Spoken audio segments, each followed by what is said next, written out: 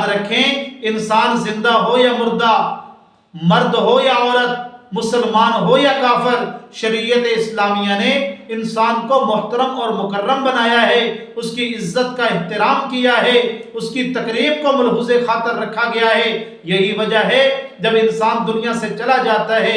مر جاتا ہے، شریعت نے اس کے ادب احترام کو ملحوظ خاطر رکھا، اس کے لیے حکم دیا گیا کہ اس کو غسل دیا جائے، اس کا جنازہ پڑھا جائے، اس کو کفنایا جائے اور اس کو ادب احترام کے ساتھ قبر میں اتارا جائے۔ یہ اسی وجہ سے ہے کہ انسان کی عزت اور تکریم کا لحاظ رکھا جائے۔ ہمارے علاقوں کے اندر بعض عورتیں اپنے سر کے بالوں کی جو کنگھی کرتی ہیں، وہ بال جو گرتے ہیں ان کو ٹوٹتے ہیں سر سے، ان کو اکٹھا کرتی رہتی ہیں، ایک جگہ کے اندر جمع کرتی رہتی ہیں، اور محلے کے اندر جب پھیری والا آتا ہے وہ بال اکٹھے کر کے اس کو فروخت کر دیتی ہیں اور اس سے کچھ پیسے حاصل کر لیتی ہیں، 5-6 ہزار میں ان کو بیچ دیتی ہیں۔ یاد رکھیں،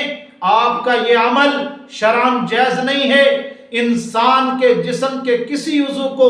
بیچنا، فروخت کرنا یہ شرعاً حرام ہے، اور اس سے جو کمائی حاصل ہوگی وہ بھی حرام کی ہوگی۔ اس لیے جب بھی آپ اپنے بالوں کو اکٹھا کرتی رہیں اور اس کے بعد ان بالوں کو اٹھا کر زمین کے اندر دفن کر دیں، اور یا ایسی جگہ پہ ڈال دیں جہاں کسی کی نظر نہ پڑے، کیونکہ یہ حیا کا بھی تقاضا ہے۔ اسی وجہ سے اللہ تبارک و تعالیٰ نے فرمایا وَلَقَدْ كَرَّمْنَا بَنِي آدم، ہم نے انسان کو بڑا عزت والا بنایا ہے، بڑے احترام والا بنایا ہے۔ اس لیے اپنے بالوں کو جب بھی آپ کنگھی کریں ان کو اکٹھا کر کے ایسی جگہ کے اندر ڈالیں جہاں کسی کی نظر نہ پڑے، یا زمین کے اندر دفن کر دیں۔ اللہ ہمیں شریعت کو سمجھنے کی توفیق عطا فرمائے۔